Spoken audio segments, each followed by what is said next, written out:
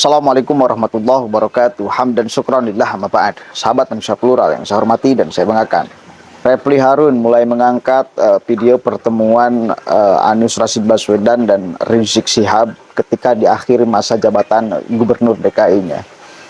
Dan juga jelas di sana Rizik Syihab mengatakan kita nanti satu komando segala macam.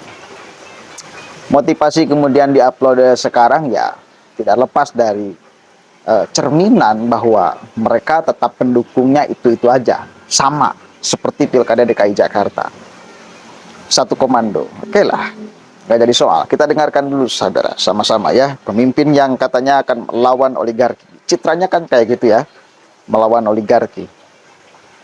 Pemimpin yang adil. Kita dengarkan seluruh nih ya. Diri hadir bersama kita dalam acara pernikahan putri kami tercinta. Mudah-mudahan kehadiran beliau bersama para habaib, para ulama, para kiai, para ustadz, para tokoh ini akan lebih mempererat ukhuwah Islamiyah di antara kita semua dan menjadi penyebab turunnya rahmat dan barakah. Nah, di sini saya tidak ingin berpanjang lebar, saya hanya ingin mengajak semua, yuk kita baca suratul Fatihah. Kita mohon kepada Allah Subhanahu wa taala agar Bapak Gubernur DKI Jakarta, yaitu Bapak Dr. Anies Rashid Baswedan, sebagaimana yang beliau harapkan tadi, bisa menyelesaikan tugasnya yang hanya tinggal beberapa hari lagi di DKI Jakarta ini dengan husnul khatimah. Dan kita mohon kepada Allah Subhanahu wa taala bibarakatil Fatihah agar beliau diselamatkan oleh Allah dari makar orang-orang jahat, dari segala tipu muslihat dan tipu daya yang ingin menjebak dan menghancurkannya. Dan kita mohon kepada Allah biquwatil Fatihah wa mu'jizatil Fatihah agar Allah Subhanahu wa taala memberikan taufik dan hidayah kepada Bapak Gubernur kita untuk tetap dan selalu menjadi pemimpin yang istiqamah. Kita mohon kepada Allah Subhanahu wa taala agar kita semua ke depan di Republik Indonesia yang kita cintai ini diberikan oleh Allah Subhanahu wa taala pemimpin yang jujur dan amanah, pemimpin yang adil, pemimpin yang berani menegakkan hukum tanpa diskriminasi, pemimpin yang berani mengatakan yang benar itu benar, yang salah itu salah, pemimpin yang bersih dari korupsi, dari kolusi, dari nepotisme.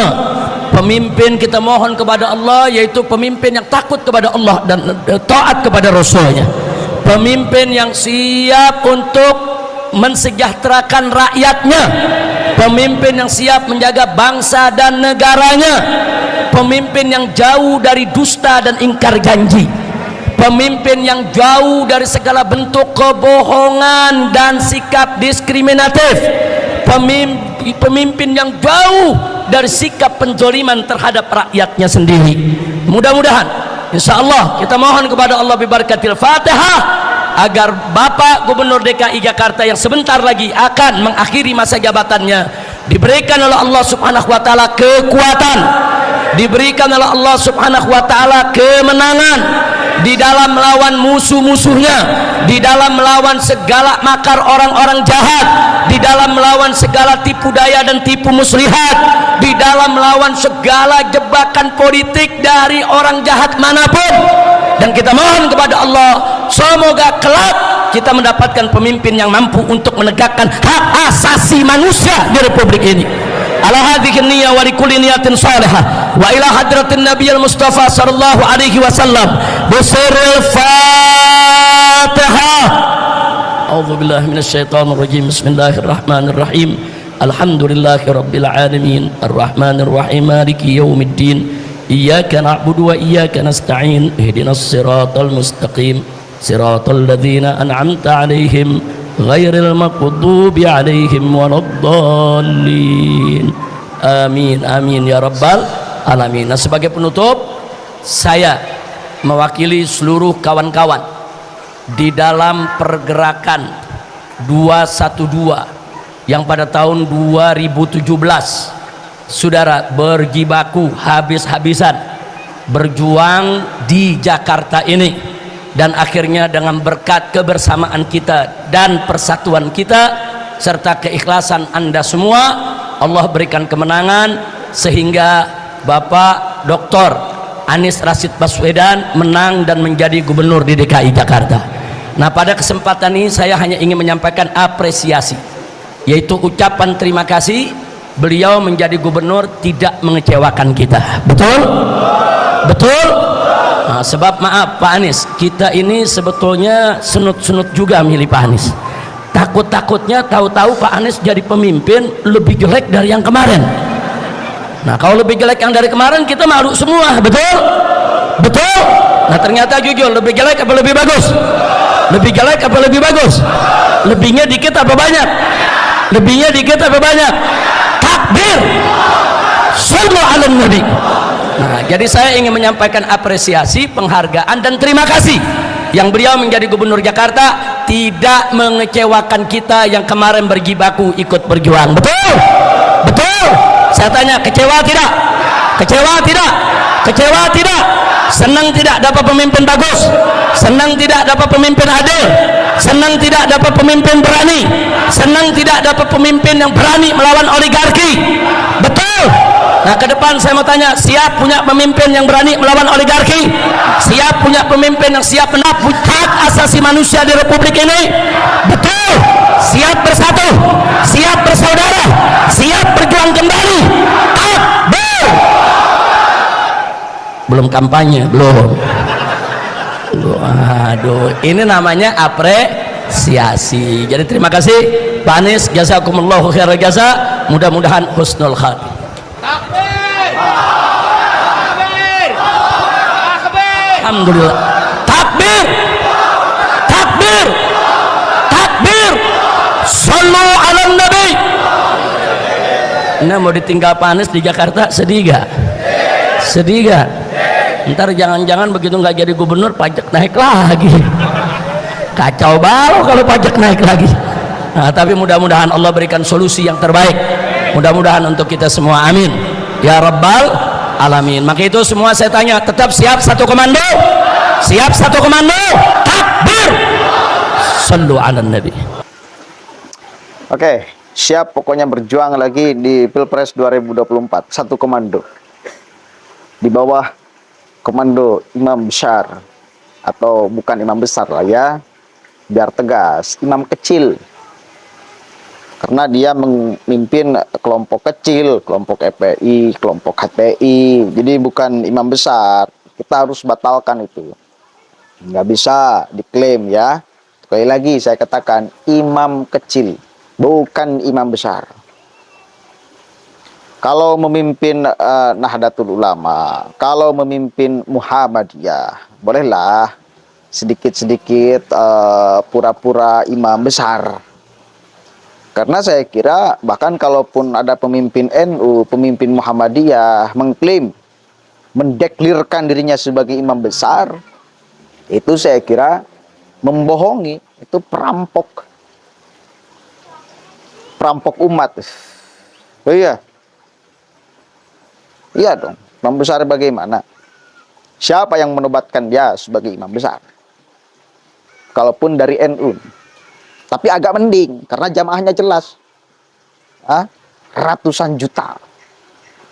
Kalau ini imam kecil, tapi mengklaim sebagai imam besar, maka kita harus bersuara dan kita harus membatalkan. Apalagi kemudian komando-komando, ya komando-komando politik. Dan itu jelas. Ya, dia ngomong itu, beliau ngomong itu, yang kita hormati sama-sama itu, kepentingannya politik. Politik golongan juga. Bukan politik umat, kepentingan objektif Islam. Golongan. Ya. Dan kita tahu sama-sama, kalaupun ternyata politik golongan, kalau tidak bermasalah di Republik ini ya nggak jadi soal. Tapi kalau bermasalah, nah ini masalah.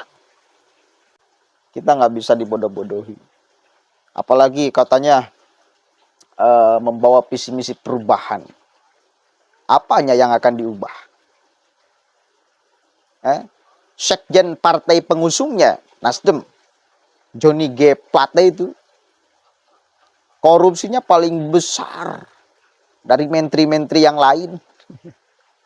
Ada menteri-menteri yang lain yang korupsi. Cuma Johnny G. Plate ini adalah yang paling besar. Luar biasa. 8 triliun ya kalau nggak salah. 8 triliun. Gila-gilaan tuh. Artinya perubahan itu kalian harus malu mengucapkan, mestinya kalau punya malu ya. Karena apanya yang akan diubah? Apanya? Korupsinya jadi lebih besar gitu? Atau bagaimana? Baik lagi ke tema, ke topik, bahwa jelas politik mereka akan tidak jauh berbeda dengan pas kemenangan Pilkada DKI Jakarta, dan strateginya tidak akan jauh berbeda akan itu. Politik agama, politik suku, politik ras yang kejam banget dan membelah masyarakat, memecah belah masyarakat, mengadu domba masyarakat. Dan makanya kita harus waspadakan kepada publik, karena kan yang menjadi medianya publik nih. Nah, tinggal nih publik berani cerdas dan jujur gak terhadap fakta bahwa ucapan-ucapan mereka itu mengarah kepada kepentingan politik, bukan objektivitas kepentingan umat, subjektif golongan. Kalau cerdas, kalau kita memahami itu, maka ya tidak akan terlalu nurut. Satu komando di wilayah politik apalagi. Ya. Karena ya itu kepentingan politik mereka. Satu kali lagi, kalau nggak bermasalah, organisasinya nggak jadi soal. Ini mah bermasalah, pengen menjadi komando lagi. Ini kan kacau. Mestinya kalau di pikiran orang-orang sehat. Itu lihat ya, mudah-mudahan ada manfaatnya. Assalamualaikum warahmatullahi wabarakatuh.